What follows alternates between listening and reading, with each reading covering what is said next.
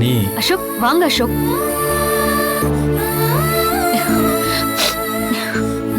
ஆ sorry அண்ணி, எதுவும் disturb பண்ணிட்டானா? அதெல்லாம் ஒன்றும் இல்லை அசோக். சும்மா ஃபோன்ல மெசேஜ் எல்லாம் அப்டேட் பண்ணிட்டு இருந்தேன், அவ்வளவுதான். ஆமா, உனக்கு கல்யாணம் நிச்சயம் பண்ணிருக்காங்கன்னு கேள்விப்பட்டேன். சாரி அசோக், நான் வேற ஒரு டென்ஷன்ல இருந்ததுனால உன்கிட்ட பேச முடியாம போயிடுச்சு. பரவாயில்ல அண்ணி.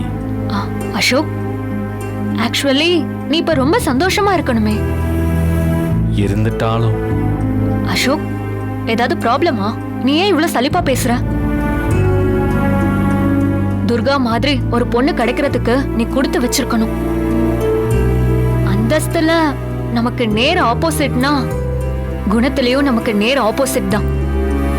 அவளுக்குன்னு ஒரு நேர்மை, அவ மத்தவங்க மேல வைக்கிற பாசம் 100% ட்ரூ. பணத்தை பார்த்து ஆசைப்படுற பொண்ணு கிடையாது துர்கா. சிம்பிளா சொல்லணும்னா துர்கா ரொம்ப ரொம்ப நல்ல பொண்ணு அசோக். இதுக்கு மேல ஒரு பொண்ணுக்கு என்ன வேணும்? அது எனக்கும் தெரியும் அண்ணி. ஆமா ஆமா, உனக்கு துர்காவை பத்தி தெரியாம இருக்குமா? நான் என்னமோ உனக்கு துர்காவை பத்தி தெரியாத மாதிரி தான் பேசிட்டு இருக்க. என்ன அண்ணி, கிண்டல் பண்றீங்களா? இல்ல அசோக், சீரியஸா தான் நானும் சொல்றேன். ஏன்னா 2 பேரும் ஒருத்தருக்கு ஒருத்தர் நல்லா புரிஞ்சுக்கிட்டு ஒன்னா பைக்ல சுத்துற அளவுக்கு நல்லா பழகியாச்சு. இன்னுமா அவளை பத்தி தெரிஞ்சுக்காம இருப்ப? அதனாலதான் அப்படி சொன்னேன். சுத்தம், இவங்களும் நம்மளை தப்பா தான் புரிஞ்சிருக்காங்க. இவங்களுக்கு வேற தனியா விளக்கணுமா? டே அசோக், யாராவது வந்துட போறாங்க. இப்போதைக்கு எதுவுமே சொல்லாம லெட்டர் மட்டும் கொடுக்க வச்சிரு, போதும். மத்தத அப்புறம் பேசிக்கலாம். அசோக், என்ன ரொம்ப நேரமா யோசிச்சுட்டு இருக்க?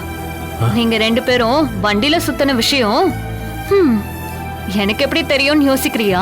ஐயோ, அதெல்லாம் ஒண்ணும் இல்ல அண்ணி.